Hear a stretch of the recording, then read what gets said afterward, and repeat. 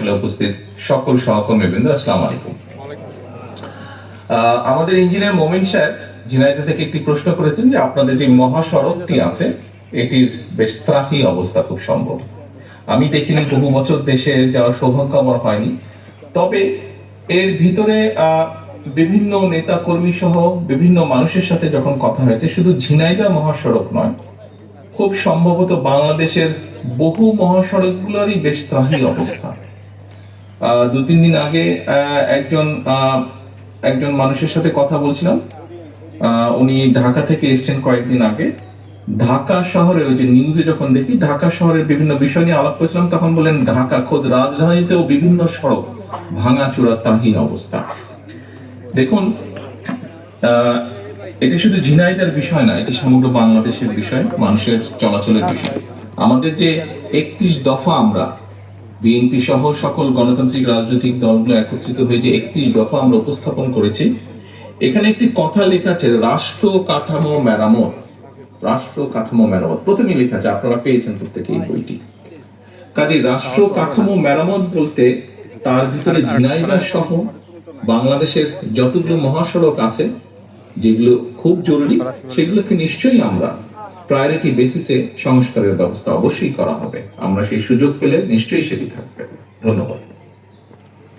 এ পর্যায়ে প্রশ্ন করার আহ্বান জানাচ্ছি আনোয়ারুল ইসলাম বাদশাহ, সহসভাপতি, ঝিনাইদহ জেলা বিএনপি।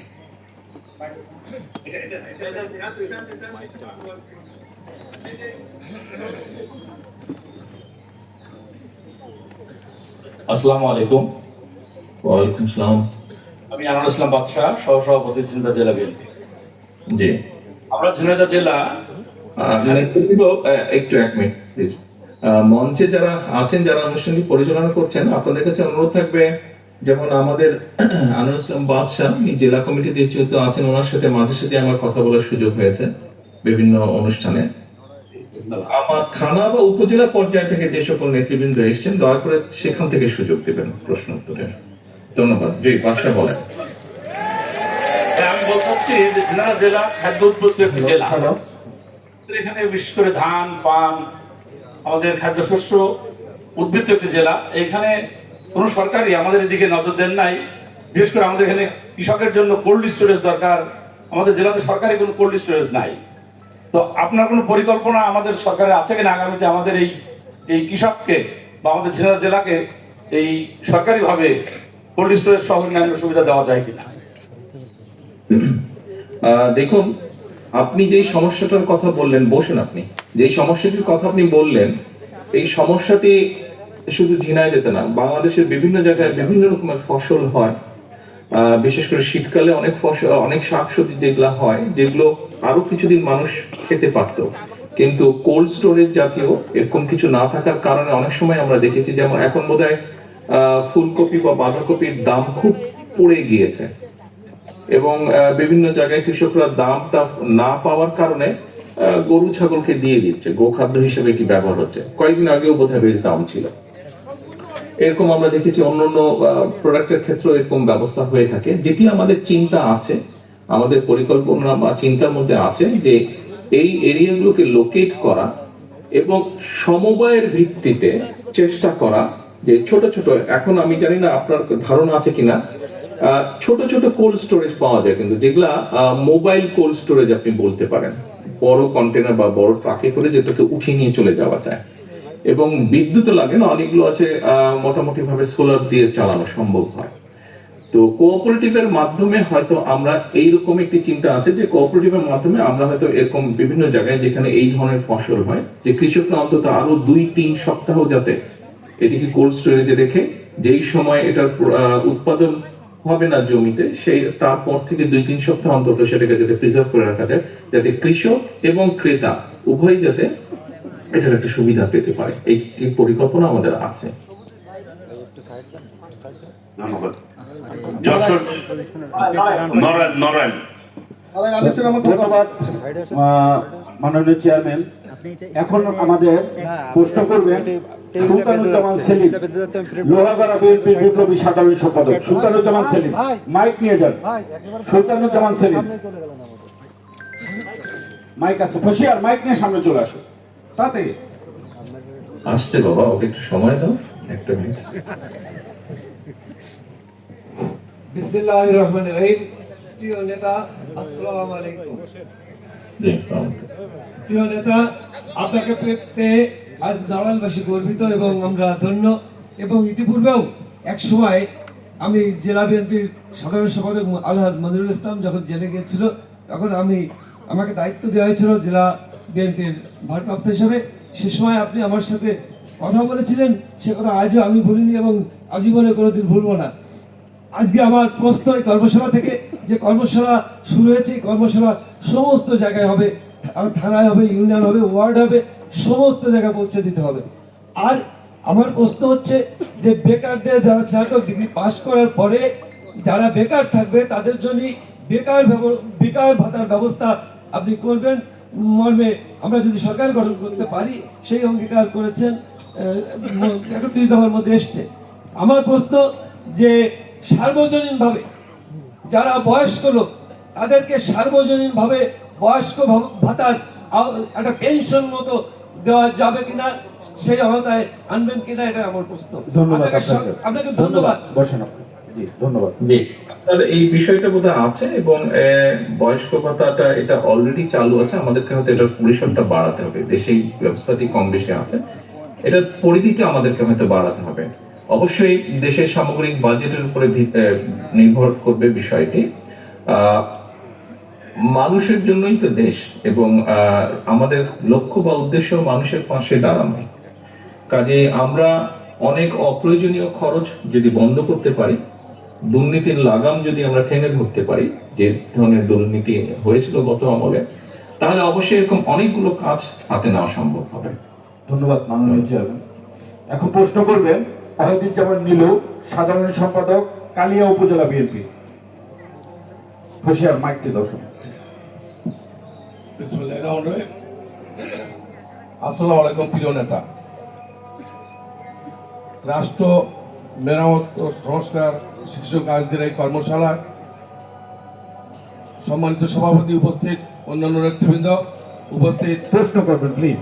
ভাই, প্রিয় নেতা, আমার এই রাষ্ট্রীয় যে মেরামতের যে দফাগুলো আমি দেখেছি, তো এখানে একটা বিষয় আমি সুস্পষ্টভাবে উল্লেখ করা যায় কিনা, জুলাই আগস্টের ছাত্র জনতার যে মূল চেতনা, সেখানে মেধার ভিত্তিতে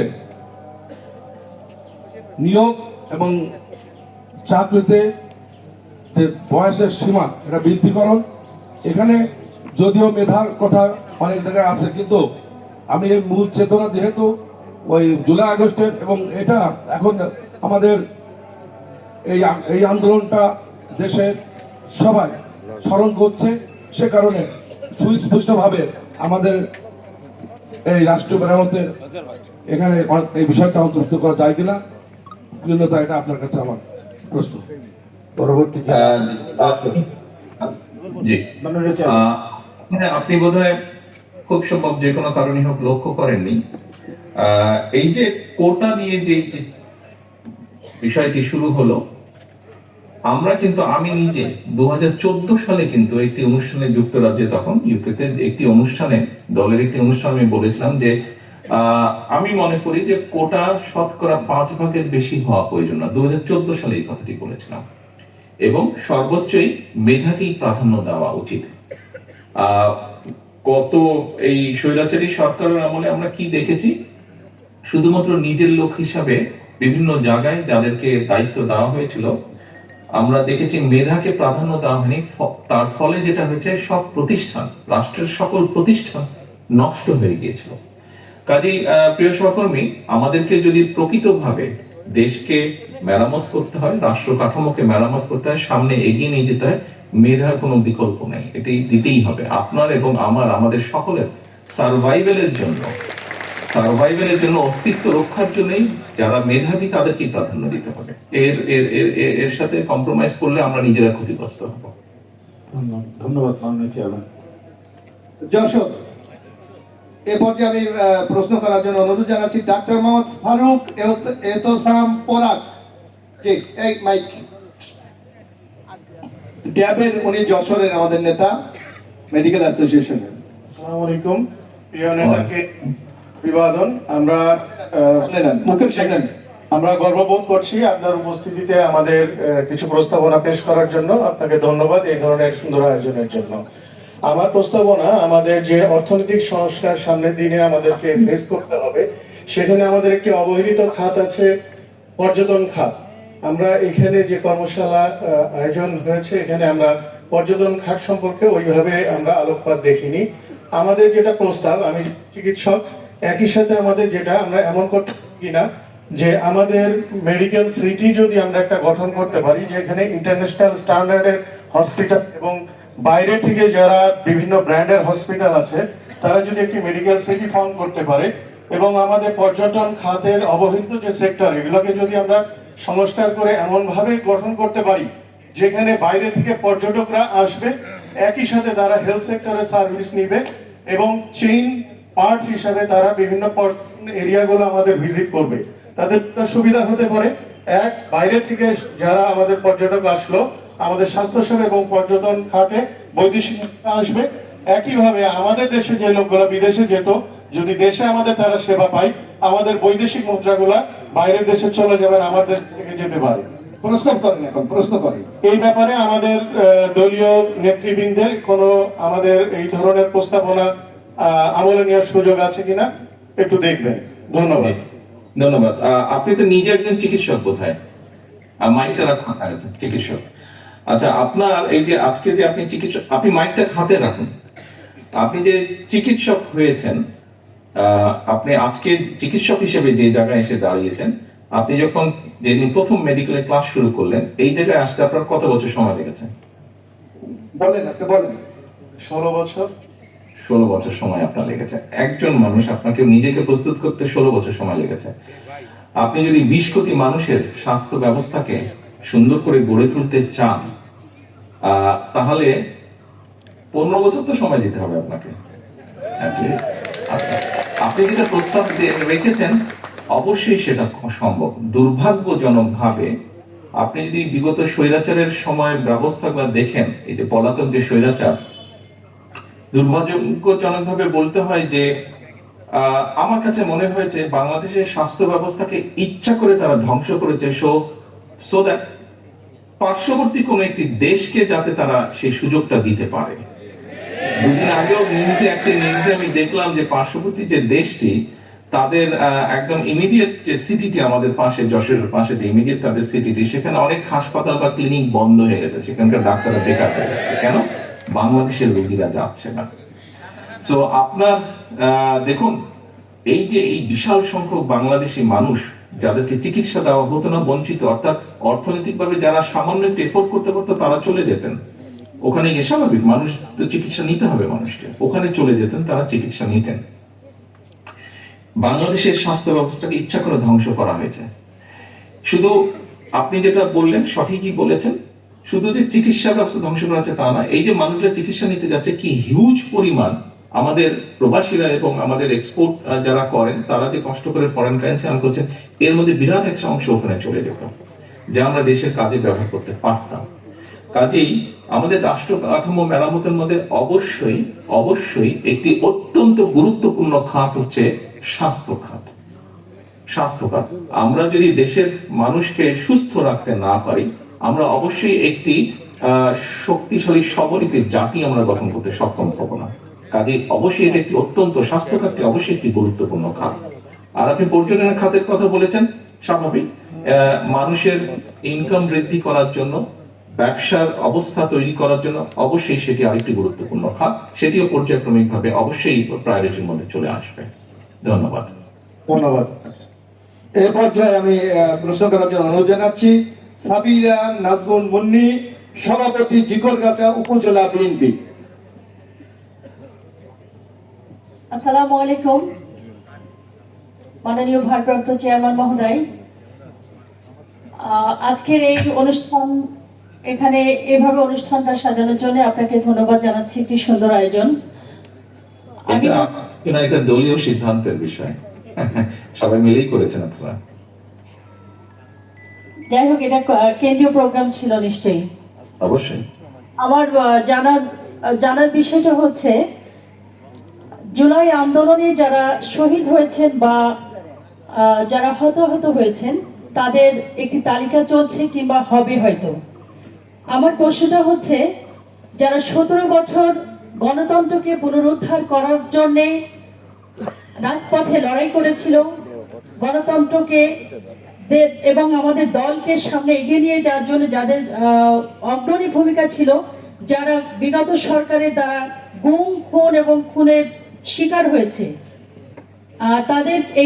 তাদেরকে যোদ্ধা হিসাবে তালিকাভুক্ত করার আপনার কোনো পরিকল্পনা আছে কি? জি আছে, পরিকল্পনা আছে। প্রথমত আমরা সকলে এখানে উপস্থিত আপনার সাথে সহমর্মিতা প্রকাশ করছি, কারণ স্বৈরাচার বিরোধী আন্দোলনে যারা সরাসরি ভাবে সবচেয়ে ক্ষতিগ্রস্ত হয়েছেন আপনি তাদের মধ্যে একজন, আপনজনকে আপনি হারিয়েছেন, হত্যা করা হয়েছে তাকে। দেখুন, শুধু যদি জুলাই আগস্ট মাসের এই একদম আন্দোলনের পিক সময়ের বিষয়টি আমরা আলোচনা করি, সেখানেই আমাদের 400 মহাসচিব সাহেব একটি প্রেস কনফারেন্সের মাধ্যমে বলেছিলেন 422 জন। পরবর্তীতে আমাদের কাছে আরো কিছু আমাদের হাতে নাম এসেছে, আমরা এটা 463 জনে গিয়ে ঠেকেছে। শুধুমাত্র বিএনপি সহ বিএনপির বিভিন্ন অঙ্গ সহযোগী সংগঠনের নেতাকর্মীরা শহীদ হয়েছেন তারা, শুধু এই 1.5 মাসের ব্যবধানে। এর বাইরে 15 বছর ধরে আমাদের বহু নেতাকর্মী শহীদ হয়েছেন। আমি বিভিন্ন সময় বলেছি, তাদেরও লিস্ট আমরা মোটামুটি ভাবে তৈরি করেছি। আমরা দলের পক্ষ থেকে যেটা চেষ্টা করি, এরকম মানুষ যারা আছেন, প্রায় গত ঈদেও প্রায় 900-র মতন মানুষকে, 900 প্লাস হবে, প্রায় 1000-এর মতন মানুষকে আমরা, যারা আমাদের দলের সাথে ছিলেন, বিভিন্নভাবে ক্ষতিগ্রস্ত হয়েছেন, শহীদ হয়েছেন, জখম হয়েছেন, পঙ্গুত্ব বরণ করেছেন, এই ধরনের আমাদের বহু নেতাকর্মীকে আমরা দলের পক্ষ থেকে যতটুকু সম্ভব চেষ্টা করেছি ঈদের একটি উপহার পাঠানোর জন্য। এইটা করার অন্যতম মুখ্য উদ্দেশ্য হচ্ছে আমরা যেন তাদেরকে ভুলে না যাই, তারা যাতে হারিয়ে না যান। আমাদের আরেকটি পরিকল্পনা আছে, এই যে বিএনপি সহ বিভিন্ন দলের গণতান্ত্রিক দলগুলো যারা নেতাকর্মীরা আত্মহত্যা দিয়েছেন, শহীদ হয়েছেন বা ক্ষতিগ্রস্ত হয়েছেন, বিশেষ করে শহীদ যারা হয়েছেন, আমরা সরকার গঠন করতে সক্ষম হলে সেই শহীদ এবং জুলাই আগস্টে যারা শহীদ হয়েছেন, রাষ্ট্রের বা সরকারের যে বিভিন্ন উন্নয়নমূলক কর্মকাণ্ড আছে, রাস্তাঘাট আছে, ব্রিজ, কালভার্ট, স্কুল, কলেজ, হাসপাতাল, যারা যেই এলাকার, আমরা চেষ্টা করব তাদের মধ্যে যারা সবচেয়ে সিনিয়রিটি বেসিসে সেই প্রতিষ্ঠানগুলোর নামকরণগুলো তাদের নামে করার জন্য, সো দ্যাট এলাকার মানুষ যাতে মনে রাখতে পারে। ধন্যবাদ। ঝিনাইদহ সালাউদ্দিন টুকু। আমি প্রশ্ন করার জন্য আহ্বান জানাচ্ছি মোসাম্মদ নার্গিস সুলতানা দীপা, সাংগঠনিক সম্পাদক, মহেশপুর থানা, বিএনপি। আসসালামু আলাইকুম, আগামীর বাংলাদেশ। আমি নার্গিস সুলতানা দীপা, সাংগঠনিক সম্পাদক, মহেশপুর থানা, বিএনপি। আমি জানতে চাচ্ছি, 24 দফায় যে দেওয়া আছে নারীদের প্রাপ্য সুরক্ষা করা হবে, তা এই নারীদের প্রাপ্য মর্যাদা রক্ষার জন্য কি কি ব্যবস্থা নেওয়া হবে ভবিষ্যতে? আর একটা প্রশ্ন, আপনি যদি 31 দফাটা পড়েন, ওটা 24 না 31 দফা হবে, আপনি বোধহয় ভুল করে 24 দফা বলেছেন। 31 দফা 24 নম্বর বলেছেন নারীর ক্ষমতায়ন, যেটা বলা আছে নারী ক্ষমতায়নে নারীদের প্রাপ্য অধিকারের কথা বলা হয়েছে। নারীদের সুরক্ষার জন্য কি কি ব্যবস্থা নেওয়া হবে এবং এই 31 দফা প্রচারণা করার জন্য নারীদের সম্পৃক্ত করা হবে কিনা এবং কত % নারী এখানে এই 31 দফা প্রচারণা করার জন্য সম্পৃক্ত হতে পারবে? আচ্ছা, আমি আপনার প্রশ্নের পিছন দিক থেকে শুরু করি, অর্থাৎ শেষ থেকে আমি আসি। এই যে আপনি বলেন কত % নারী সম্পৃক্ত হতে পারবেন, আমি এটার উত্তরটা আপনার কাছে জানতে চাই একজন নারী হিসাবে। আপনি কি বলেন, আপনার কি ধারণা কত % হওয়া উচিত? 80% হওয়া উচিত। তাহলে একজন নারী নেত্রী হিসাবে, না না না আসার কিছু নেই, উনি সঠিক বলেছেন। আমাদের পপুলেশনের অর্ধেক হচ্ছে আমাদের নারী সমাজ।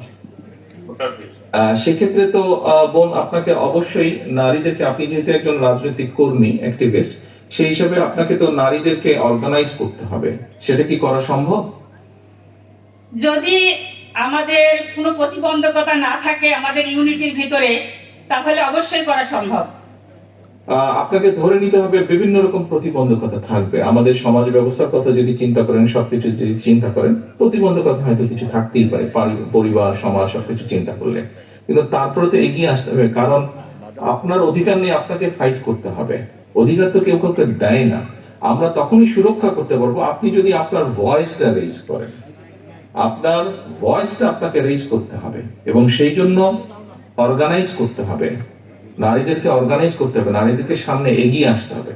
আমরা দলের পক্ষ থেকে আমাদের কমিটমেন্ট হচ্ছে যে নারীদের অধিকার সুরক্ষার জন্য যেটা যেটা করা সম্ভব, দেশের আইন যেটা যেটা করতে আমাদেরকে অ্যালাউ করবে, সামাজিক এবং পারিবারিক সিচুয়েশন যা যা অ্যালাউ করবে, আমরা তার উপরে ভিত্তি করে অবশ্যই নারীদের সুরক্ষার বিষয়টি দৃঢ় থেকে দৃঢ়তর করার চেষ্টা করব। কিন্তু এই ক্ষেত্রে নারীদেরকে এগিয়ে আসতে হবে।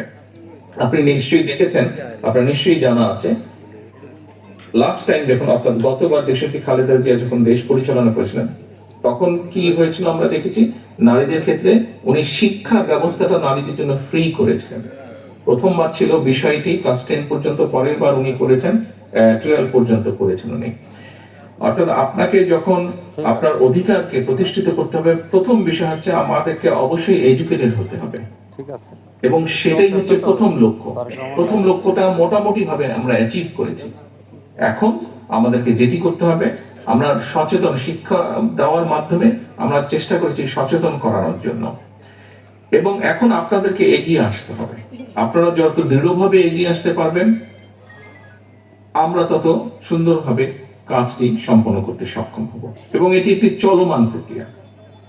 হ্যাঁ, প্রিয় নেতা, আমি একটা স্কুল শিক্ষক, এবং আমি চাই নারীদের নিয়ে কাজকর্ম করি এবং ভবিষ্যতেও করব। ভেরি গুড, ভেরি গুড, ধন্যবাদ। আপনি কি আপনার প্রশ্নের উত্তর কম বেশি পেয়েছেন আমার কাছে? অবশ্যই। ধন্যবাদ। আসসালামু আলাইকুম। ধন্যবাদ। আমি এখন প্রশ্ন করার আহ্বান জানাচ্ছি মোহাম্মদ নুরুল ইসলাম, আহ্বায়ক সদর থানা কৃষক দল। মোহাম্মদ নুরুল ইসলাম।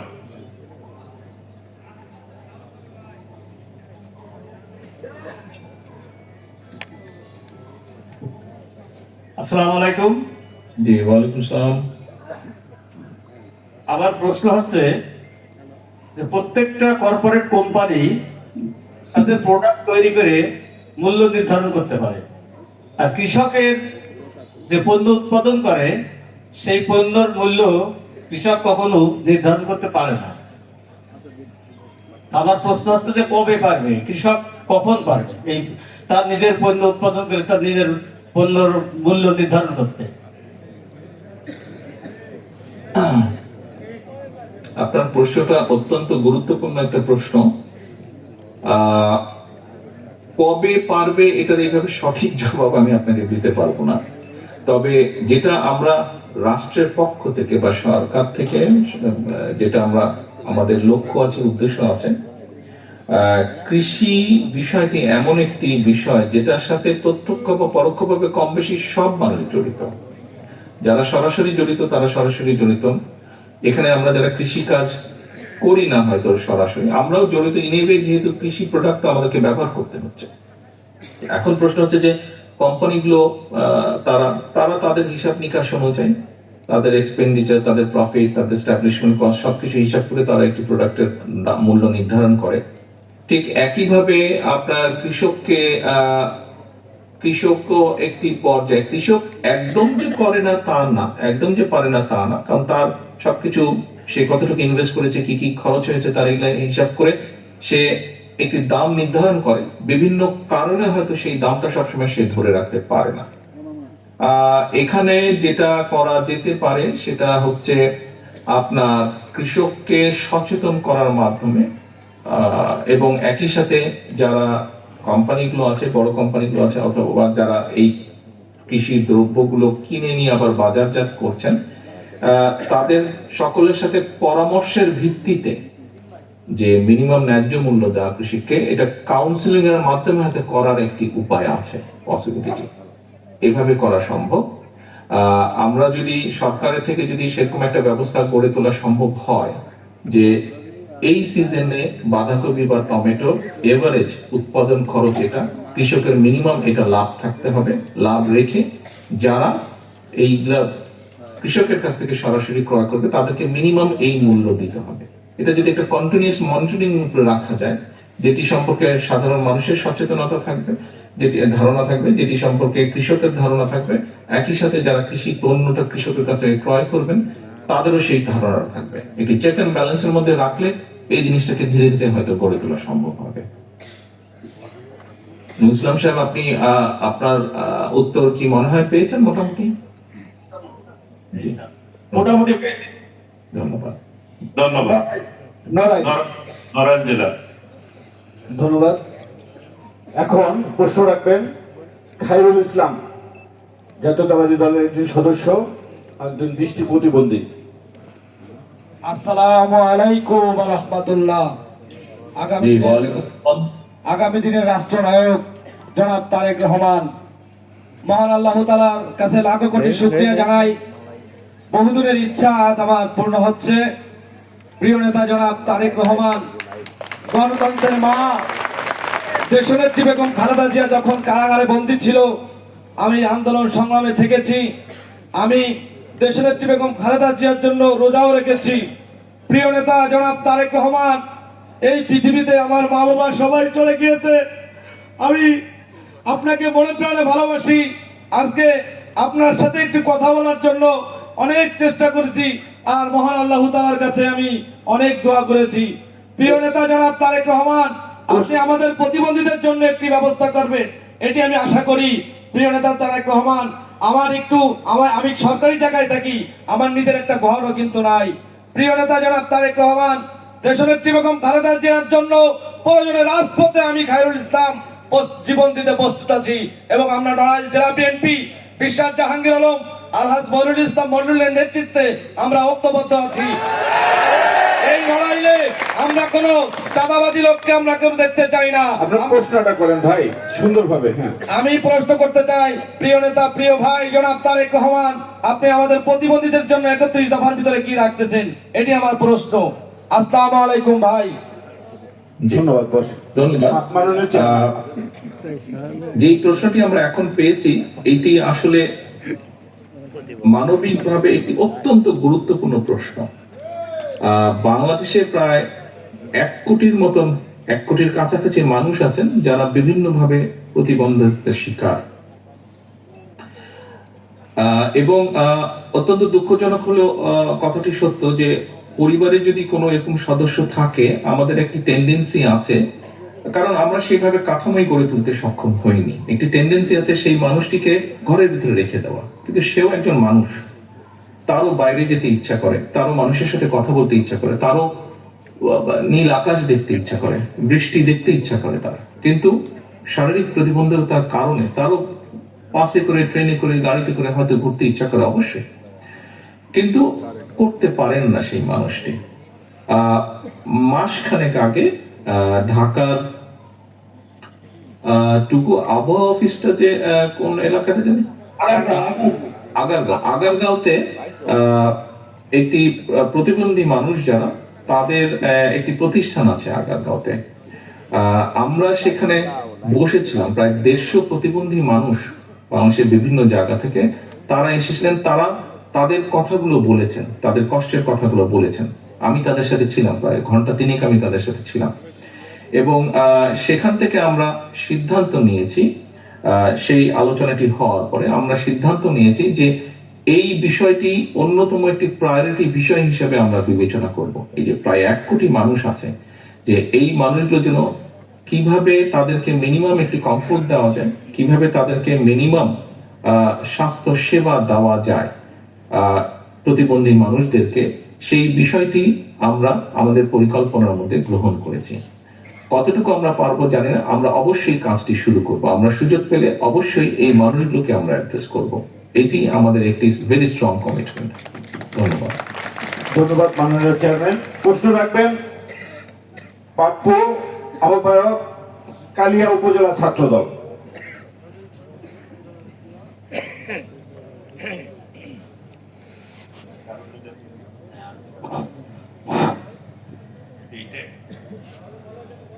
হ্যাঁ বলেন, শুনতে পাবো। আচ্ছা, এখানে সরি, আমি প্রতিবন্ধী মানুষদের ব্যাপারে আরেকটি বিষয়, গত সপ্তাহে আপনারা সবাই জানেন, এখানে যারা আছেন, জিয়াউর রহমান ফাউন্ডেশন, শহীদ জিয়ার নামে একটি ফাউন্ডেশন আছে, জিয়াউর রহমান ফাউন্ডেশন। সেই ফাউন্ডেশনের যারা আছেন তাদের সাথে আমি বসেছিলাম এবং ওখানে আমরা সিদ্ধান্ত গ্রহণ করেছি যে আমরা ইমিডিয়েটলি অন্তত বিভাগ ওয়ারি, আমরা আগারগাঁয়ে যে প্রতিষ্ঠানটি আছে ওনাদের সাথে আমরা কথা বলছি, আমরা যেটি একটি কর্মসূচি নিতে যাচ্ছি যে প্রতিবন্ধী মানুষ এবং বিশেষ করে যারা একটু একটু অর্থনৈতিকভাবে অসচ্ছল পরিবারের মধ্যে যে সকল সদস্য আছেন প্রতিবন্ধী, বিভাগবারই আমরা চেষ্টা করব এর মধ্যে যারা চোখের এবং হার্টের সমস্যা আছে সেই মানুষগুলোকে ফ্রি ট্রিটমেন্ট বা স্বাস্থ্য ক্যাম্পের ভিতরে নিয়ে আসার জন্য আওতা নিয়ে এসে একটি স্বাস্থ্য ক্যাম্পের আয়োজন আমরা করার চেষ্টা করছি। অলরেডি এই পরিকল্পনা গ্রহণ করা আছে। আমি একটা বিষয় বলি, এই প্রতিবন্ধী শব্দকে আমরা বিশেষ চাহিদা সম্পন্ন মানুষ আমরা রিপ্লেস করতে চাচ্ছি, আমরা ব্যবহার করবো না, এটা বোধহয় ভালো হবে। তাদেরকে এটাতে একটু অমর্যাদা করা হয়, কিন্তু তারা সমাজে প্রতিবন্ধকতা সৃষ্টি করছে ধারণা। প্রশ্ন করবেন পাপ্পু। প্রিয় নেতা, আসসালামু আলাইকুম। আমি সবার আকবরুজ্জামান পাপ্পু, আহ্বায়ক কালিয়া উপজেলা ছাত্রদল, সাবেক যুগ্ম সম্পাদক নড়াইল জেলা ছাত্রদল। প্রিয় নেতা, দলীয়করণের মধ্য দিয়ে নিয়োগের ফলে ফ্যাসিজমটা দীর্ঘমেয়াদী হয়েছে। আমরা এখনো দেখছি এই দলীয় নিয়োগের ফলে যারা চাকরিতে এখনো তারা বহাল আছেন, তারা বাংলাদেশ নিয়ে ষড়যন্ত্র করার একটা অপচেষ্টা এখনো চলমান রেখেছে। বিএনপি ইনশাল্লাহ রাষ্ট্রীয় ক্ষমতায় আগামীতে আসবে। প্রিয় নেতা, এই চক্রান্তকারী এই দলীয়করণের মধ্য দিয়ে যারা চাকরি পেয়েছে তাদের বিরুদ্ধে কোনো পদক্ষেপ নেওয়া হবে কিনা, এটা আমার একটা প্রশ্ন। আসসালামু আলাইকুম। মাননীয় চেয়ারম্যান, তোমার এই প্রশ্নটার কিছু আংশিক উত্তর বোধহয় আমি আরেকজন প্রশ্ন করেছিলেন আমাকে মেধার ব্যাপারে, সেইখানে আমি প্রশ্নটার উত্তরটা দিয়েছি। আর গত পলাতক স্বৈরাচারের সময় কি বিভিন্নভাবে বিভিন্ন সেক্টরে কি হয়েছে না হয়েছে কম বেশি দেশের মানুষ সকলেই জানেন। তুমি যে বিষয়টি বলছো সেটাও সঠিক। এখানে আমরা ইনশাল্লাহ সরকার গঠনে সক্ষম হলে দেশের যে আইন কানুন আছে, নিয়ম কানুন আছে, বিভিন্ন প্রতিষ্ঠানের যে নিয়ম কানুন আছে, যে কোন পদে কি ধরনের কি ক্রাইটেরিয়ার মানুষ থাকতে হবে, কি যোগ্যতা সম্পন্ন হতে হবে, সেটার বিচারেই নিয়োগ হবে, সেটার বিচারেই বিভিন্ন পদে পদায়ন করা হবে মানুষকে। এটাই আমাদের পলিসি। ধন্যবাদ মাননীয় চেয়ারম্যান। প্রশ্ন রাখবেন যশোর জেলা বিএনপি এবিএম মোশাররফ। যোগ্যতা অনুযায়ী পদায়ন করা হবে বিভিন্ন জায়গায়। এ পর্যায়ে আমি প্রশ্ন করার জন্য অনুরোধ জানাচ্ছি শান্তনু ইসলাম, বিএনপি নেতা এবং প্রকাশক দৈনিক লোক সমাজ। শান্তনু ইসলাম।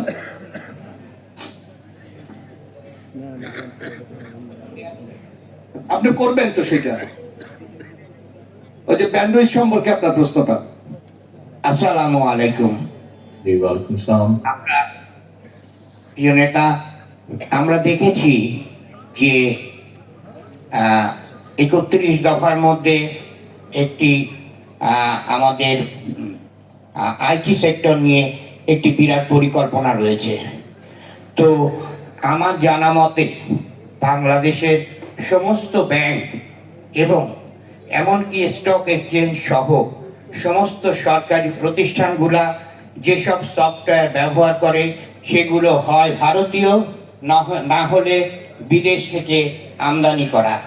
এমনকি এখন যে ব্যান্ডউইথ আমরা কিনছি সেটাও আমরা ভারত থেকে কিনছি, এবং ফেসবুকের যে সার্ভার আমরা বাংলাদেশে বসানোর সুযোগ আছে সেটা ইন্ডিয়ার কারণে বাংলাদেশে বসানো যাচ্ছে না। এখন এই পরিকল্পনাগুলোর মধ্যে ভবিষ্যতে বিএনপি ক্ষমতায় আসলে এই বিষয়ে কি ধরনের তারা সিদ্ধান্ত গ্রহণ করবে, বা ভারতের সাথে কাজ করাটা যেহেতু আমাদের জন্য একটু চ্যালেঞ্জিং, কিভাবে এই জিনিসটাতে আমাদের দেশের স্বার্থে নেওয়া যায়, তাহলে ব্যান্ডউইথের দাম অনেক কমতো, সাধারণ মানুষ অনেক উপকৃত হতো। ধন্যবাদ প্রিয় নেতা। ধন্যবাদ। আমার মনে হয় আপনি প্রশ্ন দিয়ে আপনার যে কনসার্নটা এক্সপ্রেস করেছেন, আপনার এই প্রশ্নের ভিতরে আপনার উত্তর রয়ে গিয়েছে, কাজে আপনার বিষয়গুলোর সাথে আমি সম্পূর্ণভাবে একমত। ধন্যবাদ। এই পর্যায়ে আমি অনুরোধ করছি এক মিনিট মোশাররফ, মাহাদি আমিন বা ডক্টর পাভেল, আপনারা এই বিষয়ে কি কিছু অ্যাড করতে চান? মাননীয় ভারপ্রাপ্ত মহোদয়, আপনি ইতিমধ্যে বলেছেন যে দেশে বিরাট সংখ্যক আমাদের মাদ্রাসা পর্যায়ে যারা শিক্ষার্থী রয়েছেন তাদেরকে আপনি আইটি সেক্টরের সাথে সম্পৃক্ত করতে চেয়েছেন দুটো উদ্দেশ্যে। এক হচ্ছে যে তাদের যে কর্ম পরিধি বৃদ্ধি করা, তারা যে একটা গণ্ডির ভেতরে যে তাদের কর্মসংস্থানটি হয় সেটাকে আপনি ব্যাপকতর করতে চেয়েছেন। আর দ্বিতীয়ত হচ্ছে যে পেপ্যাল এটিকে বাংলাদেশের জন্য আনার একটা উদ্যোগের কথা আপনি বলেছেন, যাতে করে তারা তাদের যে আউটসোর্সিং করার যে অর্থ সেটা যেন তারা বৈধ পথে আনতে পারে এবং বাংলাদেশের বৈদেশিক মুদ্রা ভান্ডারে সেটা যেন সঞ্চিত হতে পারে। আপনার দীর্ঘমেয়াদী আরো অনেকগুলো পরিকল্পনা রয়েছে, কিন্তু তার মধ্যে উনি বলেছেন যে এই স্বল্প মেয়াদী পরিকল্পনার মধ্যে তাদেরকে কিন্তু সফটওয়্যার প্রশিক্ষণ দিয়ে এই বিশাল সংখ্যক যারা এই ছাত্র শিক্ষার্থী রয়েছেন তাদেরকে আপনি এই ক্ষেত্রে সংশ্লিষ্ট করতে চেয়েছেন। এটি আপনার পরিকল্পনা, এটা আমি যতটুকু জানি। আমি প্রশ্ন করার জন্য অনুরোধ জানাচ্ছি মিজানুর রহমান খান, সাবেক যুগ্ম সাধারণ সম্পাদক জেলা বিএনপি যশোর এবং চেম্বারের সভাপতি। মিজানুর রহমান খান।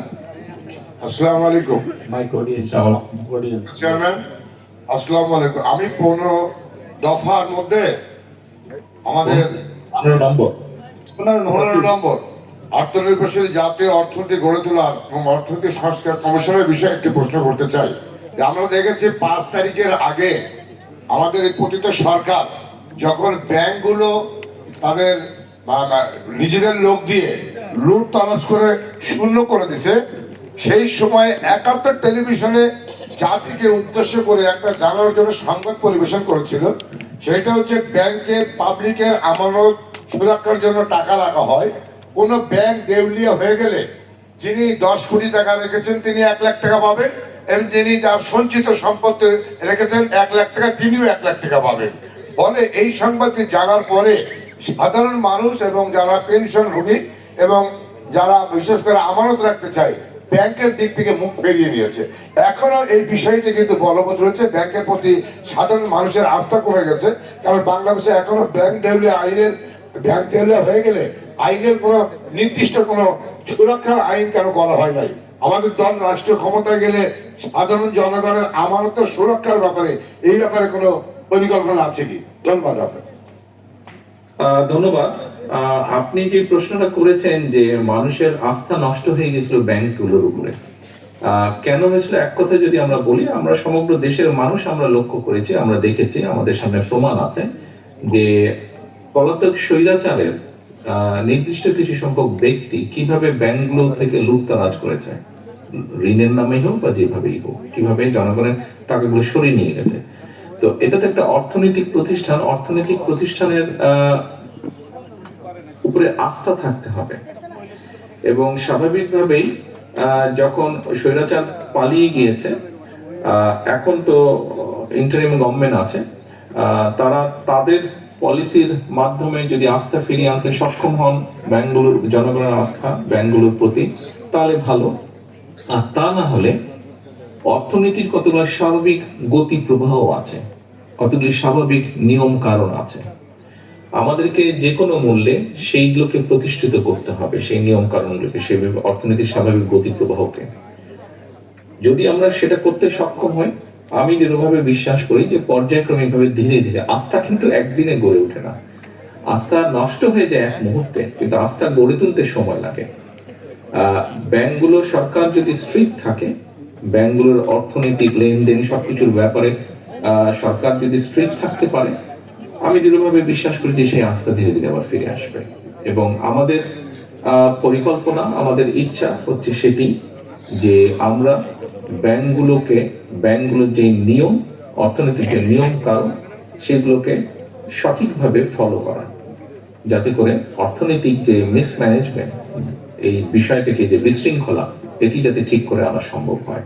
কারণ আমাদের কৃষি নিয়ে বলুন, শিক্ষা নিয়ে বলুন, স্বাস্থ্য নিয়ে বলুন, যেটা নিয়ে বলুন, আমাদের অনেক পরিকল্পনা আছে। 31 দফা আছে, এরপরে ম্যানিফেস্টো আসবে, সেখানে অনেক পরিকল্পনা আছে। অর্থ সংকট থাকলে সেই পরিকল্পনা কোনোটি বাস্তবায়ন করা সম্ভব হবে না। কাজে আপনি যেটা বলেছেন, অর্থনৈতিক ক্ষেত্রে যে আস্থাহীনতার বিষয়টি, এটিকে আমাদের পুনরুদ্ধার যে কোনো মূল্যে করতে হবে। এছাড়া আমরা রাষ্ট্র যে পুনর্গঠন করতে চাইছি, খুব ডিফিকাল্ট হবে বিষয়টি। ধন্যবাদ। ধন্যবাদ। এ পর্যায়ে প্রশ্ন করার আহ্বান জানাচ্ছি এস.এম. শমীন, সভাপতি, জেলা ছাত্র দল, ঝিনাইদহ। আসসালামু আলাইকুম ভাইয়া, আমার একটি প্রশ্ন আছে। আমাদের ঝিনাইদহে কালীগঞ্জে একটি চিনির মিল আছে, তো আপনার কাছে বিনয়ের সাথে জানতে চাই যে চিনি শিল্প এবং ডিস্টিলারি কেমিক্যাল, এটার উপরে আপনার ভাবনা কি? এবং আমরা যারা বিগত দিনে ছাত্রদল করে আসছি, আমাদের চাকরির বয়স শেষ হয়ে গেছে, আমরা যেন ব্যবসায়িক বান্ধব একটি বাংলাদেশ পাই, এটাই আপনার কাছে কাম্য। আসসালামু আলাইকুম। দেখো, তোমার প্রশ্নের মধ্যে দুটো পার্ট আছে। একটি হচ্ছে তোমার পার্ট, তুমি যারা ছাত্রদল করো। এখন আমাদেরকে তো শুধু ছাত্রদল যারা করে শুধু তাদের কথা বিবেচনা করলাম না, অবশ্যই আমরা বিবেচনা করবো আমাদের অবস্থান থেকে। বাট তুমি যেহেতু দেশ নিয়ে কাজ করতে চাইছো, তুমি যেহেতু দেশের 20 কোটি মানুষকে নিয়ে কাজ করতে চাইছো, তোমার মতন এরকম চাকরির সুযোগ পাইনি, তুমি ছাত্রদল করার কারণে হয়তো পাওনি, কিন্তু তোমার মতন এরকম বহু কোটি কোটি ইয়াং যুবক আছে যারা পায়নি। কেন পায়নি? তাদের যোগ্যতা থাকা সত্ত্বেও পায়নি। কেন পায়নি? কারণ শুধুমাত্র তারা হয়তো যে পলাতক স্বৈরাচার তাদের দল করতো না, এই কারণে পায়নি। তুমি পাওনি ছাত্র দল করতে বলে পাওনি, কিন্তু তারা পায়নি, তারা তাদের দল করতো না বলে পায়নি। কাজে আমাদেরকে এখন সবার কথা ভাবতে হবে।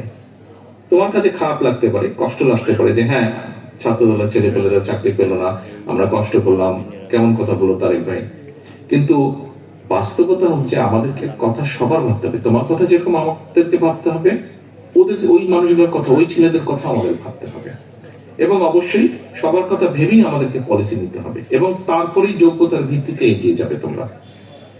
এটা গেল একটি পার্ট। দ্বিতীয় পার্টটি আসে চিনি কল। শুধু তোমার এখানে চিনি কল না, আরো বাংলাদেশে যে চিনি কলগুলি আছে, ঘুরে আবার ওখানে যেতে হচ্ছে দুর্ভাগ্যজনক ভাবে, আনফরচুনেটলি। সেটা হচ্ছে যে পলাতক স্বৈরাচার তাদের যারা বিভিন্ন সিন্ডিকেট ছিল, আমরা যতটুকু জানি বা আমি যতটুকু জেনেছি, বিভিন্ন ভাবে চিনি কলগুলো বন্ধ থাকুক এরকম ব্যবস্থা তারা করত, সো দ্যাট প্রতিবেশী দেশ থেকে চিনি আসতো, বিভিন্ন ভাবে আসতো, অন্য দেশ থেকে ইম্পোর্ট করে আনা হতো। অর্থাৎ কিছু সংখ্যক মানুষের সুবিধার জন্য এই কাজগুলো করা হয়েছে। তুমি নিশ্চয়ই এর মধ্যে শুনেছো যে আমরা চিন্তা করছি যে আমরা ইনশাল্লাহ সরকার গঠন করতে সক্ষম হলে পরে আমরা একটি ফ্যামিলি কার্ড দিব। বাংলাদেশে যত পরিবার আছে, অবশ্যই ফ্যামিলি কার্ডটি প্রত্যেকটি পরিবারের যে গৃহিণী হবে, এই ফ্যামিলি কার্ডের ভেতরে আমরা রাষ্ট্রের পক্ষ থেকে প্রত্যেকটি পরিবারকে কিছু পরিমাণ সহযোগিতার বিষয় থাকবে। আমাদের যে কয়টি প্রোডাক্ট থাকবে সহযোগিতার, তার মধ্যে চিনি একটি প্রোডাক্ট থাকবে। এবং আমাদের মূল লক্ষ্য হচ্ছে আমরা কোনো ইম্পোর্টেড প্রোডাক্ট সেই ফ্যামিলি কার্ডের মধ্যে দিব না। আমরা সেই প্রোডাক্টগুলোই দিব ফ্যামিলি কার্ডের মধ্যে যেগুলো আমরা দেশে উৎপাদন করি। কাজেই যে কোনো মূল্যে আমাদেরকে এই চিনি কলগুলোকে আমাদের আবার চালু করতে হবে। চিনি কলগুলোকে আমাদের চালু করতে হবে যে কোনো মূল্যে। আখের প্রোডাকশন আমাদেরকে বাড়াতে হবে। তা না হলে আমরা যদি সারা দেশে ধরে নিলাম 4 কোটি পরিবার আছে, তো এই 4 কোটি পরিবারকে আমরা কোথা থেকে চিনি দেবো? ইম্পোর্ট করে পসিবল না, ইম্পোর্ট করে আমরা দিতে চাই না, আমরা দেশীয় প্রোডাক্ট দিতে চাই। কাজে যে কোনো মূল্যে আমাদের চিনি কলগুলো চালাতে হবে, চালানোর ব্যবস্থা করতে হবে। এবং চিনি কলগুলো চালানোর ব্যবস্থা করলে নিশ্চয়ই তুমি এবং তোমার মতন আরো যারা বেকার শেষ সময় কর্মসংস্থানের ব্যবস্থা করতে পারো, নিশ্চয়ই তোমরাও সুযোগ পাবে কোনো না কোনো ভাবে, কিছু না কিছু। উত্তর পেয়েছ? জি ইনশাআল্লাহ, থ্যাংক ইউ। এখন প্রশ্ন করার আহ্বান জানাচ্ছি অধ্যক্ষ কামরুল নাহার লিজি, করতে চাচ্ছি মাননীয় চেয়ারম্যান। না, ওই যে জবিলা সাহেব কোথায় কিছু বলবেন টুকু? জি বলেন জবিলা সাহেব। একটা হচ্ছে যে আমাদের 31 দফায় আমরা ক্যাটেগরিক্যালি এটা উল্লেখ করেছি মাননীয় চেয়ারম্যান। 17 দফায় সেখানে আমরা বলেছি পাটকল, বস্ত্রকল এবং চিনিকল সহ সকল বন্ধ শিল্প পুনরায় চালুর ব্যবস্থা করা হবে। আমি যেটা বলার চেষ্টা করছি যে এটা ওনার যে কনসার্ন প্রশ্নকর্তার, সেটা আমরা অলরেডি 31 দফায় আমরা অ্যাড্রেস করেছি, আপনি অ্যাড্রেস করেছেন, তবু আপনাদের বক্তব্য সেটা নিশ্চয়ই সাপ্লিমেন্ট করবে। আরেকটা জিনিস, ও যেটা উনি বলেছেন ছাত্রদল করেন অথবা বিশেষ করে ই মিস দি বাস, চাকরিটা পাননি, তার জীবন থেকে অনেকগুলো বয়স চলে গেছে, এখন কিভাবে চাকরি পাবেন? এটাও আমরা 31 দফায় 23 নম্বর দফায় আমরা বলেছি আন্তর্জাতিক মানদণ্ড অনুযায়ী সরকারি চাকরিতে প্রবেশের বয়সসীমা বৃদ্ধি বিবেচনা করা হইবে। তার মানে এটা যদি আমরা করতে পারি আর ওনার ভাগ্য যদি ওই বয়সের মধ্যে পড়ে, তাহলে উনি ইনশাআল্লাহ ওই সুযোগটাও পাবেন। আমরা একেবারে ডিসমিস করছি না, ওনার হতাশ না হওয়ার জন্য বলছি। এটা অ্যাড্রেস করা আছে মানুষের চেয়ারম্যান, এটা আপনার দৃষ্টি আকর্ষণ করছে। জি ধন্যবাদ। টুকু আমি অধ্যক্ষ কামরুল জি, সভানেত্রী ঝিনাইদহ জেলা মহিলা দল। মাননীয় চেয়ারম্যান মহোদয়, আপনাকে ঝিনাইদহ জেলা মহিলা দল এবং ঝিনাইদহ জেলা বিএনপির পক্ষ থেকে সংগ্রামী অভিবাদন ও সালাম। আসসালামু আলাইকুম। সম্মানিত চেয়ারম্যান মহোদয়, আমি বিনয়ের সঙ্গে আমি জানতে চাচ্ছি, আমি সহ আমার এই হাউস বোধ করি আমাদের মাতা দেশমাতা এই মুহূর্তে কেমন আছেন, খুব বিনয়ের সঙ্গে জানতে চেয়েছি। পাশাপাশি আমরা আজকে যে 31 দফা নিয়ে যেটা আমরা ওয়ার্কশপ করছি, আমরা বিগত খুলনাতে 31 দফার উপর ওয়ার্কশপ করে এসেছি। করে এসে আমরা অলরেডি আমরা ঝিনাইদহ জেলা মহিলা দল উঠান বৈঠক, তৃণমূল নারীদের সঙ্গে উঠান বৈঠক, ওয়ার্ডে ওয়ার্ডে কর্মী সভা, আমার যে টিম আছে প্রত্যেক দিনই কিছু না কিছু উঠান বৈঠক নারীদের সঙ্গে, তৃণমূল নারীদের সঙ্গে হচ্ছে। সেখানে আমরা যে জিনিসটি অবলোকন করেছি সেটা হচ্ছে যে নারীদের যারা মোটা দাগে, যারা মোটা ভাত মোটা কাপড়ে বিশ্বাসী, তাদের মধ্য থেকে আমরা যখন ফ্যামিলি কার্ডে যে মেসেজটা দিতে যাচ্ছি, ওনারা একটি বার্তা দিচ্ছেন যে আপনারা তো যখন ভোটের জন্য আসেন বা এরকম কোনো কিছুর জন্য আসেন তখন আপনারা অনেক কথা বলেন, আপনারা কি সত্যি এটা বাস্তবায়ন করতে পারবেন? আমরা আস্থার সঙ্গে বলতে চেষ্টা করেছি যে ইনশাল্লাহ আমাদের নেতা, প্রিয় নেতা আপনাদের সঙ্গে আছেন, ইনশাল্লাহ এটা বাস্তবায়নের জন্য উনি সক্রিয় আছেন এবং অগ্রণী আছেন। তো ওনাদের পক্ষ থেকে আমার প্রশ্ন যে আমরা এটার প্রতি আমরা যে আগামীতে যদি সরকার গঠন করি সেটা নিশ্চয়তা আমরা কতখানি দিতে পারবো। পাশাপাশি সেসব তৃণমূল নারীদের জন্য আর কোনো ব্যবস্থা বা আর কোনো ভাবনা আমরা রেখেছি কিনা, এই প্রশ্ন রেখে শেষ করছি। আল্লাহ হাফেজ, আপনাকে ধন্যবাদ। আসসালামু আলাইকুম। আপনার প্রশ্নের মূল যে বিষয়টি আপনার প্রশ্নের যে আমরা কতটুকু পারবো বা আমরা করব কিনা, দেখুন আমি আপনাকে প্রশ্ন করতে চাই আমরা কেন করতে চাইবো না, মানে না করলে আমাদের লাভটা কি? রাজনৈতিক ভাবে যদি আমরা বিবেচনা করি, করলে তো অবশ্যই আমাদের লাভ আছে। মানুষগুলো, দেশের কোটি কোটি মানুষকে আমরা সহযোগিতা করতে পারবো। আপনি খুব সাদামাটাও যদি বলেন, আপনি এই দলের একজন রাজনৈতিক কর্মী হিসাবে আপনি তখন সামাজিক অনুষ্ঠান হোক, যে কোনো অনুষ্ঠান হোক, আপনি বলবেন যে হ্যাঁ আমার দল যখন রাষ্ট্র পরিচালনার সুযোগ পেয়েছে আমরা দেশের মানুষের জন্য ফ্যামিলি কার্ড নামক এরকম একটি কার্ড করেছি। আপনি তো এটা নিয়ে গর্ব করবেন না? তো এটি গর্ব করার মতন একটি বিষয় যে আমি যদি মিনিমাম, যখন দেশ পরিচালনার সুযোগ আমাদের হাতে আছে বা আসবে, আমরা মিনিমাম একটি ব্যবস্থা করেছি, মিনিমাম হলেও একটি মানুষকে, একটি পরিবারকে আমরা সহযোগিতার চেষ্টা করেছি। তো এটি তো একটি মানবিক দৃষ্টিকোণ থেকে খুব ভালো কাজ, আপনি এটি নিয়ে গর্ব করবেন। তো কেন আমরা এরকম একটি কাজ করার সুযোগ থাকলে আমরা সুযোগটি হাতছাড়া কেন করতে চাইবো, কেন করব না? আমরা অতীতে শুনেছিলাম ঘরে ঘরে চাকরি বা 10 টাকা কেজি চাল, হয়তো যেহেতু মানুষ 10 টাকা কেজি চাল পায়নি, ঘরে ঘরে চাকরি পায়নি, সেই জন্য মানুষের হয়তো এরকম একটি প্রশ্ন থাকতেও পারে মনে। তবে আপনি যদি দেখেন মোটামুটি ভাবে অতীতে যতবার বিএনপি যে কমিটমেন্ট গুলো করেছিল, কম বেশি সবগুলো কমিটমেন্ট তারা রাখার চেষ্টা করেছে বিএনপি। কাজে আমরা যে কমিটমেন্ট রাখি সেটা কিন্তু রেকর্ড আছে, আমাদের অতীতের রেকর্ড আছে। কাজে অবশ্যই আমরা এই কমিটমেন্টটা রাখবো। এটাই বোঝানোর চেষ্টা করছি আমরা, তবে তারা একটু আস্থার সংকটে ভুগছে দীর্ঘদিন যাবৎ, তার মধ্যে সেটাই সেই বার্তাটাই দিতে চেয়েছি। ধন্যবাদ। দীর্ঘদিন যাবৎ, গত 15-16 বছর যাবৎ এই দেশের মানুষের সাথে যারা ক্ষমতা ধরে রেখেছিল তারা বিভিন্নভাবে প্রতারণা করেছে। কাজে হতেই পারে মানুষের মনে এরকম সন্দেহ থাকতেই পারে, কিন্তু আপনাদের দায়িত্ব হচ্ছে সেই আস্থাটা ফিরিয়ে আনা মানুষের মনের মধ্যে। ধন্যবাদ। আমাদের মা কেমন আছেন একটু জানতে চাইছি আমরা সবাই। দোয়া করবেন, আছেন আলহামদুলিল্লাহ, দোয়া করবেন আপনারা।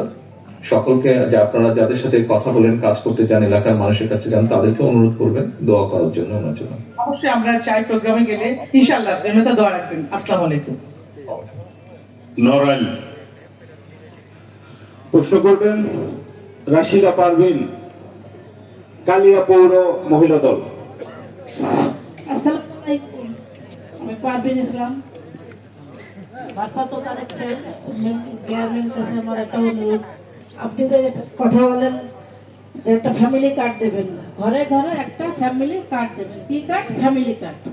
কিন্তু এই কথাটা আমি আবার ইপি সদস্য, তো সবার কাছে আমি এটা বলে বার্তাটা পৌঁছাই দিলে সবাই অনেক খুশি, বলে যে না পারভিন ইসলাম যা বলতে চাইছে সঠিক, কিন্তু আমরা ঐক্যবদ্ধ হয়ে সবাই মিলে এবারে আমরা বিএনপিকে ভোট দিব। আর আমি কিন্তু বিএনপির পরিস্থিতি দেয়, ওর জন্য আমার অনেক অত্যাচার হয়েছে, আমার ঘর দৌড় ভাঙচুর করছে, আমার থাই গ্লাসটা ভেঙে গেছে। প্রশ্ন করতে হবে আপনার। এই বার্তাটা আমি সবাই তার পৌঁছাচ্ছি, তার জন্য আপনার জন্য সবাই খুশি হয়, দোয়া করে, আপনারা সবাই বলে আমরা ভোট দিব। ধন্যবাদ মাননীয় চেয়ারম্যান। আমি ওনার প্রশ্নটাই বুঝিনি। ধন্যবাদ দিয়ে দেন। এখন প্রশ্ন করবেন মশিয়ার রহমান, সভাপতি নড়াইল জেলা যুবদল।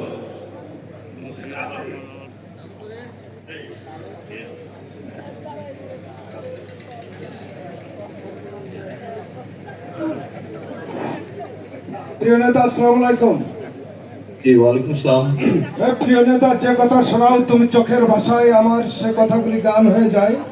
তোমার মুখের কথা যার ৬০,০০০ গ্রাম বাংলার মানুষের মধ্যে বাণী হিসেবে দণ্ডায়মান হয়েছে টেক ব্যাক বাংলাদেশ। ৩১ দফা কর্মসূচিকে বুকে ধারণ করে নিয়ে আমি যতটুকু জানলাম বুঝলাম, একটি মানুষের সুস্থ জীবনযাপনের জন্য যে ৬টি জিনিসের প্রয়োজন, খাদ্য, বস্ত্র, বাসস্থান, শিক্ষা এবং স্বাস্থ্য, চিত্ত বিনোদন, সবকটি জিনিস ৩১ দফার মধ্যে রয়েছে। কিন্তু এই কথাটিকে উচ্চ বাক্যের মধ্যে সীমাবদ্ধ না রেখে বাস্তবের রূপরেখায় রূপান্তরিত করবার লক্ষ্যে আমার যে ব্যক্তিগত মতামত, আমি সেটাই আপনার সামনে উপস্থাপন করতে চাই। উপস্থাপন করবার আগেই আপনাকে ধন্যবাদ জানাই এবং উপস্থিত সকল নেতৃবৃন্দের প্রতি ধন্যবাদ জানাই। যেখানে দাঁড়িয়ে কথা বলছি, আমি এই ইউনিয়নের সন্তান, এই ইউনিয়নের চেয়ারম্যান ছিলাম।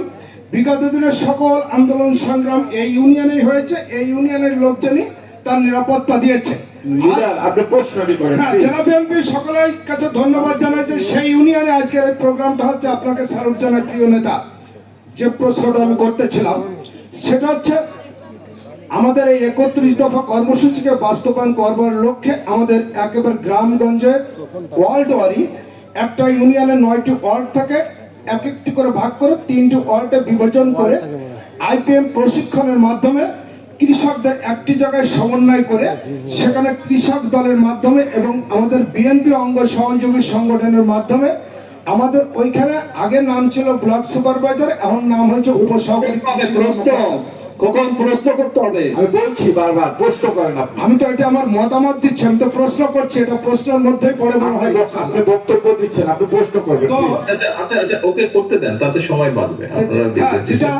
যেটা আমাদের এই প্রশিক্ষণের মাধ্যমে একটা জমিতে এক পাশে ফসল ভালো হয় আর এক পাশে ফসল ভালো হয় না, যেমনটা এই উপসহকারী কৃষি কর্মকর্তার মাধ্যমে আমাদের জমির সেই সয়েল টেস্টের মাধ্যমে আমাদের অল্প খরচে আমাদের অনেক ফসল উৎপাদন করা যাবে। আমি আইপিএম এর একজন ছাত্র ছিলাম, যে কারণে আমাদের কৃষক দলের নেতৃবৃন্দ এবং বিএনপির নেতৃবৃন্দ মিলে উপসহকারী কৃষি কর্মকর্তাদেরকে বলতে হবে আমাদের প্রত্যেকটা ওয়ার্ডে কৃষক সমাবেশের মাধ্যমে কৃষকদের কৃষি পণ্য উৎপাদনের যে প্রশিক্ষণ সেটা দিতে হবে। সেই সঙ্গে সুকৌশলগত পথ অবলম্বন করে আমাদের ৩১ দফা কর্মসূচিকে একেবারে জনগণের দৌড় গোড়ায় আমাদের নিয়ে যেতে হবে। ৩১ দফা কর্মসূচি ওরা জানবে, বুঝবে, আমাদের একটা ভালো রাষ্ট্র আমরা উপহার দিতে পারবো বলে আমি বিশ্বাস করি। প্রিয় নেতা, ধন্যবাদ। ধন্যবাদ আপনাকে মাননীয় চেয়ারম্যান। আচ্ছা, এখানে এই পুরো বিষয়টা বোধহয় ওনার প্রস্তাবনা ছিল একটা, যে কৃষক দলের মাধ্যমে এবং উপজেলার সহ কৃষি অফিসার, সহকারী কৃষি অফিসারের মাধ্যমে একটা প্রশিক্ষণের বিষয়।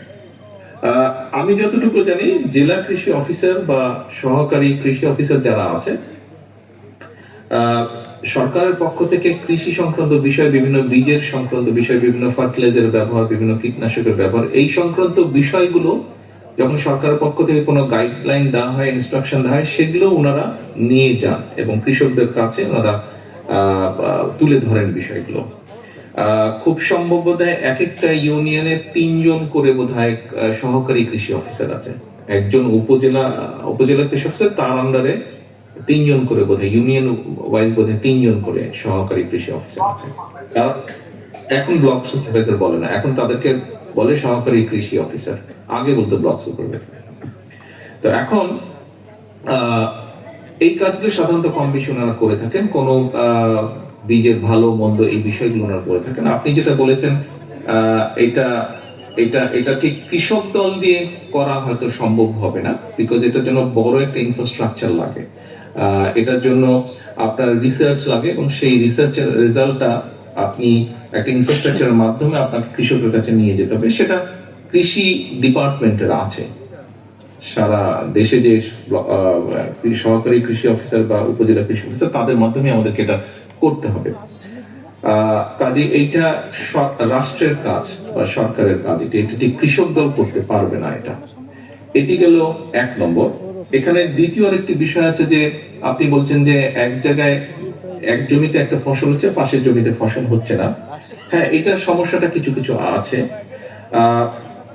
আনফরচুনেটলি একটি বিষয় আপনাদের জানা আছে কিনা আমি জানি না, আমি এর ভিতরে বেশ কিছু উপজেলা কৃষি অফিসারের সাথে আলোচনা করতে বসেছিলাম এই বিষয়গুলো নিয়ে। তো তখন যেটা জানলাম, আমি যে জিনিসটা চাইছিলাম, এই বিষয়টি আমি প্রায় 20 বছর আগে চেষ্টা করেছিলাম, আমি আমার মতন করে চেষ্টা করেছিলাম এটি চিন্তা করার 2004 এর দিকে। আমি খুব অবাক হয়েছি যে এত বছরও জিনিসটা হয়নি। তাদের সাথে কথা বলতে গিয়ে আমি জানলাম যে সরকারের পক্ষ থেকে করা হয়নি জিনিসটা। কথা হচ্ছে যে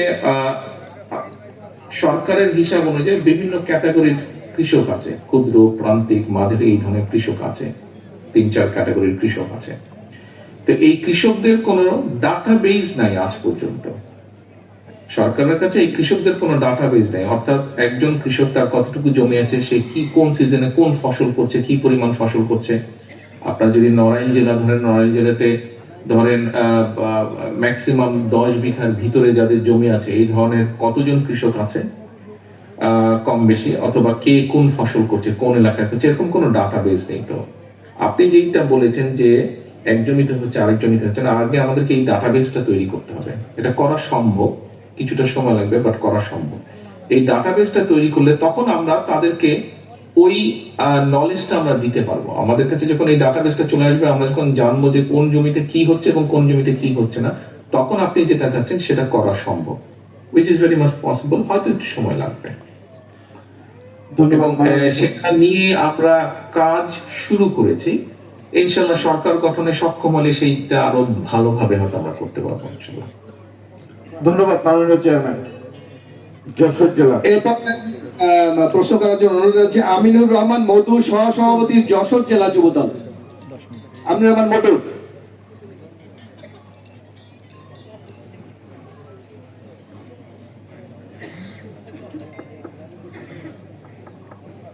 আসসালামু আলাইকুম।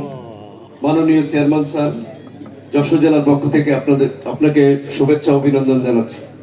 মাননীয় চেয়ারম্যান স্যার, আপনার নলেজে আছে আমি গত 2রা নভেম্বর গ্রেপ্তার হয়েছিলাম। পরে ডান্ডাবেড়ি লাগাই আমাকে বিভিন্ন জেলখানায় নিয়ে যাওয়া হয়, এবং পরবর্তীতে আমার প্রিয় নেতা জনাব অনিন্দ ইসলাম অমিত, ওনার সরাসরি তত্ত্বাবধানে আপনার নির্দেশনায় আমাকে সেখান থেকে জেল থেকে গত 8 জানুয়ারি আমাকে মুক্ত করা হয়, এবং ওপেন হার্ট বাইপাস সার্জারি করা হয় আমাকে। আমি আলহামদুলিল্লাহ সুস্থ আছি। আজকের এই মিটিং এর মাধ্যমে আপনাকে কৃতজ্ঞতা প্রকাশ করছি মাননীয় চেয়ারম্যান। মাননীয় চেয়ারম্যান, ভাজা পোড়া খাওয়া যাবে না, গরুর গোশত একটু কম খেতে হবে, তেল কম খেতে হবে, লবণ কম খেতে হবে। সামনে রোদে আসছে, ভাজা পোড়ার অনেক বিষয় আছে, ভাজা পোড়া খাবেন না। জি, ধন্যবাদ আপনাকে। আমার প্রশ্নটি হচ্ছে, গত জুলাই এবং আগস্টে বিদেশি আমাদের যে কর্মীরা কাজ করে বৈদেশিক কর্মসংস্থানের, এরা ম্যাক্সিমামই হয়তো অদক্ষ এবং তারা বেশি লেখাপড়া জানে না, এরা বিভিন্নভাবে হয়রানির শিকার হয় এবং বিভিন্ন সময় দেখা যায় সরকার এদের বেলায় উদাসীন। তো এই যে লক্ষ লক্ষ শ্রমিক যারা বিদেশে রেমিটেন্স যোদ্ধা, তাদের ব্যাপারে আমাদের সরকারের পরবর্তীতে কি ধরনের পরিকল্পনা আছে, তাদের ই ভোটিং এবং তাদের ই ভোটিং এর ব্যবস্থা করা যাবে কিনা, এবং তাদেরকে বিভিন্নভাবে যে অর্থটি দেশে বৈধভাবে পাঠাইতে পারে এবং বিভিন্ন যে হয়রানির শিকার হয় সেইখান থেকে আমাদের যে সুনির্দিষ্ট পরিকল্পনা আমাদের সরকারের কি থাকবে, মাননীয় চেয়ারম্যান, এটি আমার প্রশ্ন। ধন্যবাদ। দেখুন, প্রবাসী যারা আছেন এখানে আবার বিভিন্ন বিষয় আছে, যে প্রবাসী অনেকে আছেন, অনেকে হয়তো বহু বছর দেশে আসেন না, আবার দ্বৈত নাগরিকত্ব আছে। কাজে এই সব বিষয়গুলো কনসিডারেশন আমাদেরকে নিতে হবে, নিয়ে আলোচনার মাধ্যমে একটা জায়গায় আমাদের আসতে হবে। আমাদের একটি কমিটমেন্ট আছে, আমাদের দলের পক্ষ থেকে, বিএনপির পক্ষ থেকে একটি কমিটমেন্ট আছে যে আমাদের যে ভোট ব্যবস্থা, ভোটিং ব্যবস্থা, এর ভিতরে আমরা প্রবাসীদেরকে ধীরে ধীরে আমরা এটার ভিতরে আনতে চাই। প্রবাসীরাও যাতে ভোট দেওয়ার সুযোগ পান, সেই সিস্টেমটাও, সেই ব্যবস্থাটা আমরা গড়ে তুলতে চাই।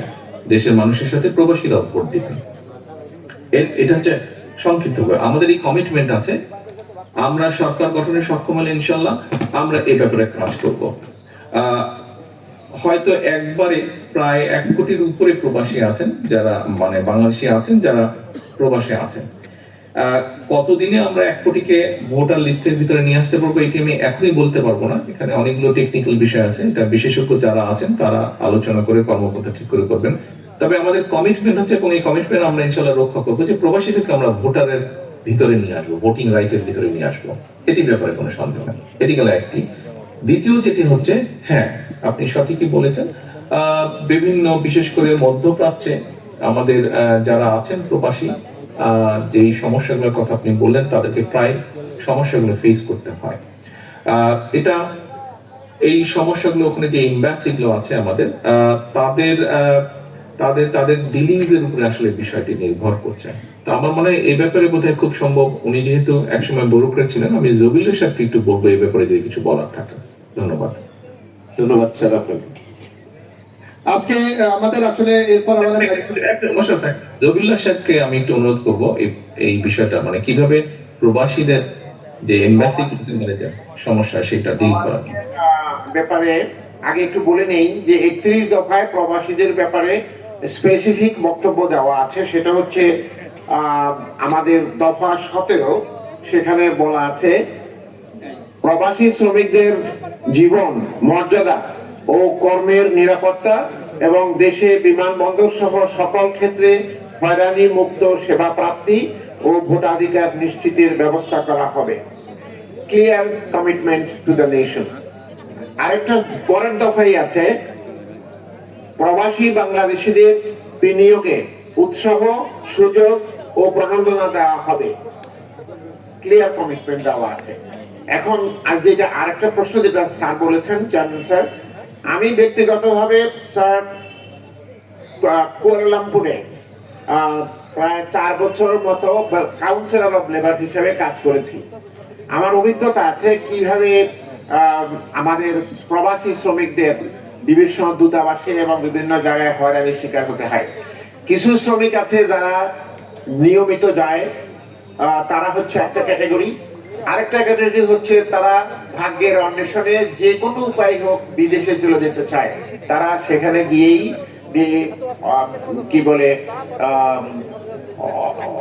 অবৈধ শ্রমিকে পরিণত হয়। কিন্তু দূতাবাসের পক্ষে জানা মুশকিল কে বৈধ কে অবৈধ, কারণ দুজনই তো বাংলাদেশি। সেজন্য দূতাবাসের দায়িত্ব হচ্ছে দুই পক্ষকেই শোনা করা এবং তাদের জন্য কাজ করা। সেই জন্য একটা ওয়েজ আর্নার্স ওয়েলফেয়ার ফান্ড আছে। আমরা ওয়েজ আর্নার্স ওয়েলফেয়ার ফান্ড ব্যবহার করে তাদেরকে সাহায্য সহযোগিতা দেওয়ার চেষ্টা করেছি।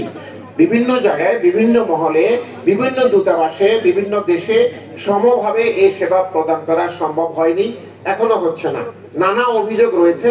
সেই কারণে আমরা এখানে যেটা আলোচনা করেছি এবং আমাদের ভিশন 2030-তে যেটা বলা আছে সেখানে আরো বিস্তারিত বলা আছে কিভাবে বিভিন্ন দূতাবাসে আমাদের ম্যান পাওয়ার ইনক্রিজ করে এবং অন্যান্য লজিস্টিক সাপোর্ট দিয়ে এই হয়রানি বন্ধ করা যায়। ব্যাপারটা আমরা ভবিষ্যতে ইনশাআল্লাহ অ্যাক্টিভলি আরো বিবেচনা করতে পারবো। মাননীয় চেয়ারম্যান, আপনাকে ধন্যবাদ।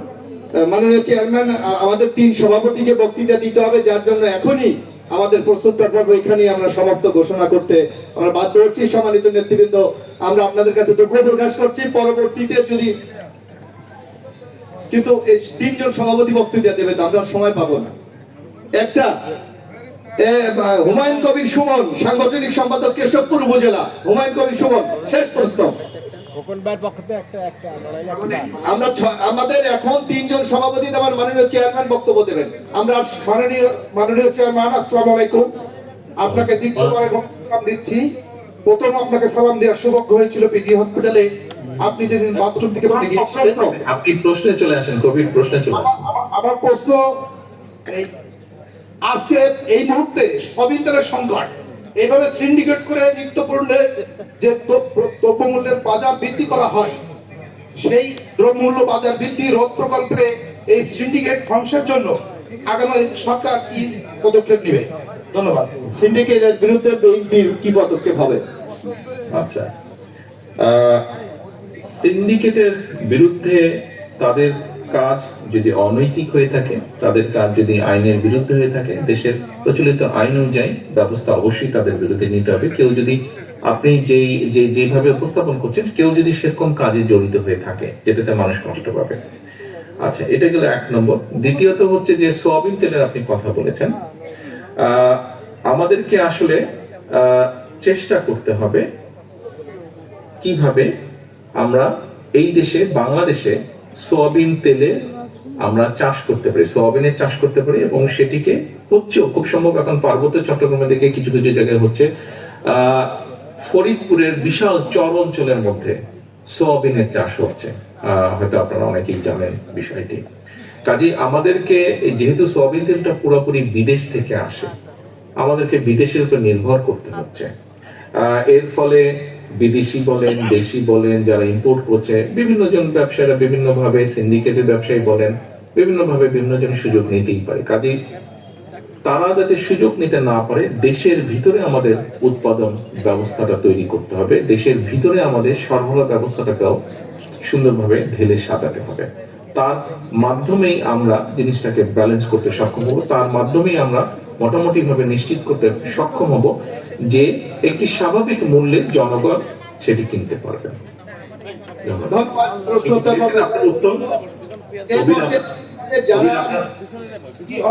উত্তর পেয়েছেন? অবশ্যই পেয়েছি। সভাপতি যারা আছে তাদের বক্তব্যের পালা। আমাদের প্রোগ্রামের শেষে আমরা চলে এসেছি। এরপর সভাপতি বৃন্দ বক্তব্য রাখবেন, তারপর মাননীয় প্রধান অতিথি বক্তব্য রাখবেন। আমি মাননীয় প্রধান অতিথির অনুমতি ক্রমে সভাপতিদের বক্তব্য দেওয়ার অনুরোধ জানাচ্ছি। আমি এই পর্যায়ে বক্তব্য রাখার আহ্বান জানাচ্ছি